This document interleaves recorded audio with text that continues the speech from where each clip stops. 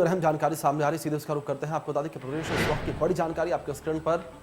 तो वाराणसी से बड़ी जानकारी, जहां पर दिव्यांगजनों ने लगाया बीएसपी पर बड़ा आरोप। बड़ी जानकारी, अहम जानकारी आपको देते हैं। गोष्ठी में बुलाकर हमारे साथ ठगी हुई दिव्यांगजनों ने कहा, आपको बता दें, रोजगार और खाद्य सामग्री के नाम पर धोखा मिला है। तो बड़ी अहम जानकारी आपको दे रही है, जमकर धज्जियां उड़ाई गई हैं। तो बीएसपी पर यहां पर बड़ा आरोप गंभीर आया गया है। आपको बता दें कि भीड़ बढ़ाने बीएसपी ने ये खेल रचा। बड़ी जानकारी, दिव्यांगों के साथ ये धोखे की बात जो है निकलकर सामने आ रही है। गोष्ठी के नाम पर यहां पर ठग बीएसपी की ओर से, और दिव्यांगजनों का कहना है कि गोष्ठी में बुलाकर उनके साथ ठगी की गई है। रोजगार और खाद्य सामग्री के नाम पर आपको बता दें कि दिव्यांगजनों को यहां पर ठगा गया है, और केवल भीड़ इकट्ठा करने के लिए यहां पर दिव्यांगजनों को बुलाया गया और झूठे वादे जो हैं उनसे किए गए। तो बड़ी जानकारी, अहम जानकारी आपको दे दें, जिस तरीके से निकलकर सामने आ रही है। दिव्यांगजनों के साथ इस तरीके से कह सकते हैं कि ये ठगी का मामला सामने आया, जिस तरीके से बसपा के नेताओं ने यहां पर दिव्यांगजनों से ठगी की है। अच्छा, क्या बोले, किस तरह का रोजगार देंगे? विकलांग को रोजगार मिलेगा तब तो विकलांग भाई कुछ कर सकते हैं। घर में बैठे क्या कर सकते हैं?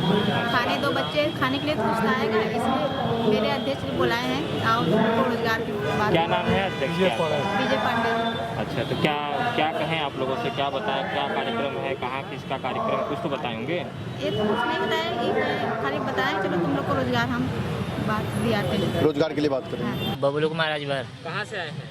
ग्राम सभा हरपालपुर।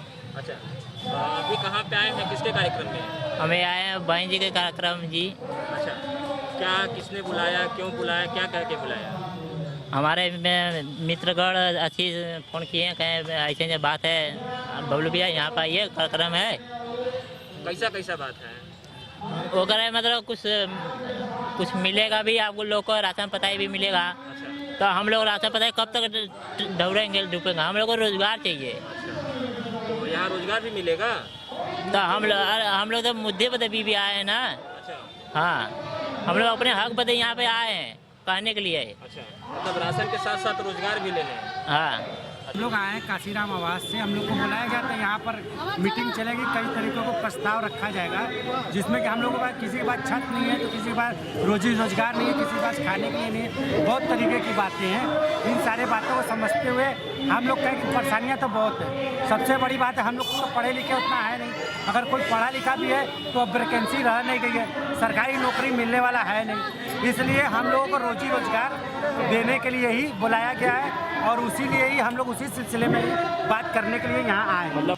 ये प्रबुद्ध वर्ग का कार्यक्रम है, और माननीय सतीश चंद्र मिश्रा जी जितना भी जो है इस समय प्रदेश के अंदर जो भी अराजकता है, लॉ एंड ऑर्डर, कानून व्यवस्था जो ध्वस्त हो चुकी है और जो भी उत्पीड़न हो रहा है, उसके संबंध में हम लोगों की आवाज़ उठाने के लिए दलित, शोषित, वंचित और जो भी हम लोग ब्राह्मण समाज है, जो भी समाज है, विकलांग समाज है, सबकी आवाज़ उठाने के लिए वो रात दिन एक किए हुए हैं।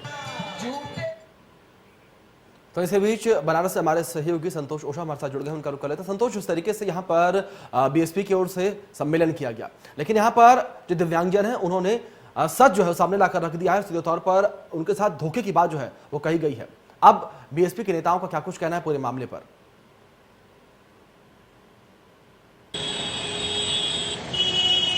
देखिए, अब से एक निश्चित तौर पे कहा जा सकता है कि भीड़ जुटाने के लिए राजनीतिक चाशनी जो होती है, राजनीतिक रोटी जो होती है, कुछ यूं ही पाली जाती है और इसी तरह पकाई जाती है। बात बसपा की या दूसरे पार्टियों की कल जो देखी गई वो निश्चित तौर पे शर्मनाक करने वाली एक तस्वीर थी। एक विकलांग को या विकलांगों के एक समूह को सिर्फ इसलिए बुलाया गया था कि उन्हें रोजगार मिलेगा, खाने मिलेंगे, राशन मिलेंगे और तमाम ऐसे अवसर मिलेंगे जिनसे वो अभी तक वंचित है। समझा जा सकता है कि आशा और विश्वास पे धोखा कर देते हुए या आशा और विश्वास को कुचलते हुए न केवल उनके साथ घंटों उन्हें धूप में रखा गया, बल्कि जो सोशल डिस्टेंसिंग और तमाम कोरोना के प्रोटोकॉल बातें होती हैं उनका भी अनदेखा किया गया। बात नेताओं की करें यदि बसपा की, तो इनका साफ साफ कहना है कि इन लोगों ने अपना मांग पत्र लेके आया था, लेकिन उलट यदि इसके बात किया जाए इन लोगों की जुटे हुए भीड़ की, तो इनका साफ साफ कहना है कि हमें रोजगार और राशन के लिए बुलाया गया है। समझा जा सकता है कि नेता या फिर जो जुटे हुए लोग हैं, जनता, इन दोनों के बातों में फर्क है। यदि जनता की बात पर विश्वास करें तो ये कहा जाएगा कि भीड़ जुटाने के लिए इनके विश्वास के साथ खेला गया, और यदि नेता की बात की जाए तो ये कहा जाएगा कि निश्चित तौर पर नेता एक बार फिर भीड़ जुटा के अपनी जो टीआरपी है वो नेता के सामने, बड़े नेता के सामने न केवल बनाने का कोशिश किया है बल्कि लोगों के साथ छल भी करने का कोशिश किया है। बिल्कुल बिल्कुल बिल्कुल, अपने आप में एक बहुत बड़ा छल है। संतोष, बहुत बहुत शुक्रिया आपका हमारे साथ जुड़ने के लिए, तमाम जानकारियों के लिए।